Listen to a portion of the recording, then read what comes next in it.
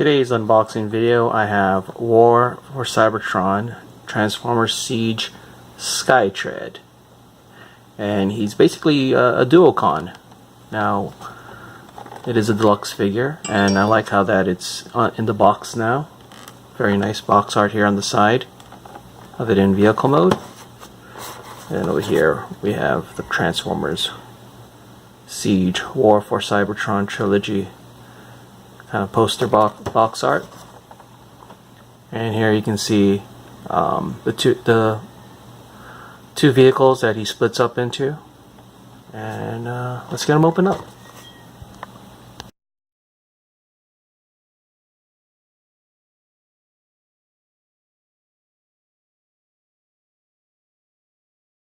Okay, so here we have Skytread out of the box and in his robot mode, and there you go. Now, Skytread in Generation 1 is actually was a Duocon, and he wasn't named Skytread. He was actually called Flywheels, which is kind of a little funny because between the two Duocons you had Battletrap and Flywheels, and you would think the tank and jet would be named Battletrap, and the helicopter and truck would be called Flywheels, but that's not the case. Here's a little I don't know if you can see this, but that's the original Duocons, Battletrap and Flywheels, but in here he's called Skytread for some reason. I'm not sure if it's a intellectual property thing or something, but that's what it is. So let's go on with the figure. I'm going to remove the guns here, and you can see some of the detail on the figure over here. Let's raise it up just a bit so we can get a bit more detail in the shot. So there's his head. Red eyes. I kind of wish they did some light piping, but looks like in this whole line there is no light piping. You can see the details here, the Decepticon symbol, some nice little paint apps over here. So nice that there's no stickers. I really did not like that part with a lot of the Power of the Primes toys. A lot of stickers, and it was better off without them. And let's see, over here you can still see a little bit of weathering done here. I don't know if the camera will pick it up, but you can see a bit on the leg here, some weathering, not too much, but you'll see some. Let's go to the back. Nice clean robot mode, not a lot of kibble hanging out. But then again, this is a very simple transformation, very similar to the Generation 1. I actually had the G1 toy of this, where you just pop the two, put the jet on top of the tank, and the thing will pop up into robot mode.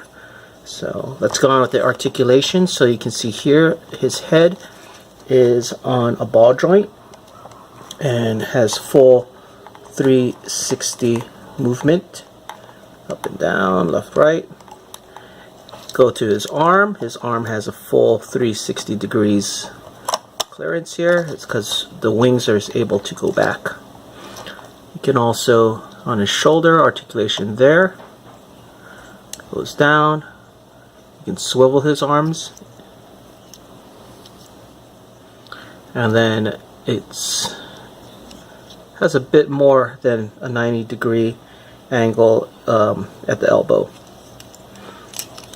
Now on the wrist there is no articulation because the transformation requires the fist to go in. Okay, on the waist there is articulation here, but as you can see, the tail of the jet prevents it from going fully 360 around. So a bit of limited articulation on the waist. The legs can do the splits. Put it back together. You can go forward all the way, and it can go back, but again limited. I guess if you push it out like that, it can go all the way, but the jet tail kind of inhibits it from going too far. And on the upper thigh, it can swivel 360, and then on the knee. Now on the foot, you have this little type of left and right action, and you can put it out like this, but I believe that's mainly due to the transformation and not particularly by design for articulation. Okay, let's transform this into its two separate vehicle modes. To do that, let's remove the jet part first, and you just basically pop it out. So you see, this is where they attach in here, and then you pop it out. So let's put the legs out to the side for a while. For the jet, put in the arms, and then I'm going to lift up the nose, and there you go, it just snaps in place. Now we're going to open this bottom part up like this, get the arm out of the way, and then I'm going to push this down, and then I'm going to put this over here, and then I'm going to twist this to allow, oh, I believe, yeah, no, we're going to twist it, oh yeah, that's right, the fists are facing up. So the fists are facing up, and from there we can kind of put the arms together here. Let's bring it a little closer, like that, and then there's little tabs here that the arms can push into to hold it in place, like that. And that's about it. And then we'll bring the wings down, and then we have the jet mode.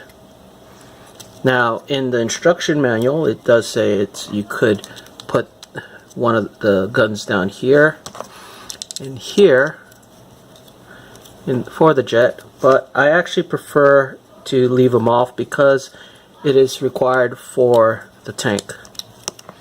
So here we go. Okay, now for the bottom half. Let's put this guy on the side. For the tank mode, we're going to pop this part open in the leg. Pop that open, and then we're going to put his toes down like this and put them together. Once they're together, we're going to turn this in, and as you can see over here, there's tabs, and these tabs go in here, if that will focus. So like that, and it'll just snap in, and then these panels will close up and go into these tabs like that. Now this is the tank, very plain, but you do need this to form the turret. And let's put it there. And then over here, the option. Now, the gun, the smaller gun. Now, one thing I don't like about the tank mode is, one, here it's hollow. Oops, let's get it a little more together here. And the other thing I don't like is this is not really straight up, unless I'm doing something wrong, but it's angled down, which is kind of weird. But that's it for the two modes. Let's get a shot of them side by side down here. So we have the tank and the jet together. We have the Power of the Primes Duocon Battle Trap. Now the difference with this version of Battle Trap of this Duocon is they actually the two parts actually transform into separate robots, as this is just more in line with Generation 1, being that it's just two vehicles that combine to form a robot. So let's see how they look like together. So here we go.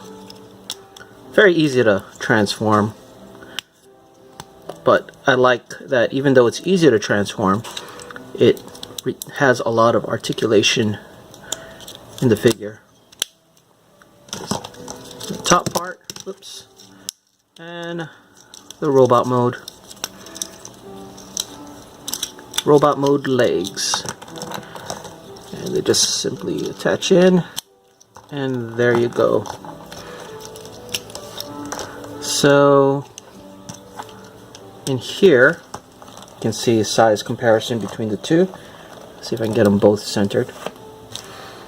And they kind of match, but unfortunately this one, because it transforms into two different robots, it doesn't, I don't think it has the same aesthetics as this guy.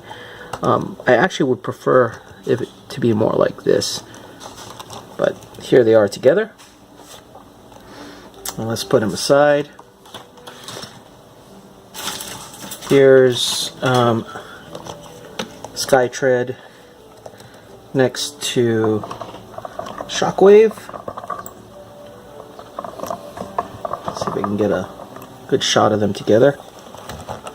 So Shockwave is actually leader class, but in this form I'm assuming he's more of a Voyager class size. I do not own any Voyager classes right now, so I'm not sure, so it's basically a guess. But here he is next to Shockwave.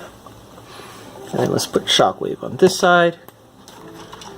And in here we have Ultra Magnus in his super robot mode, or I would say his standard mode, but Ultra Magnus is also a leader class, so I can get them all to fit, but kind of see the size difference of all three.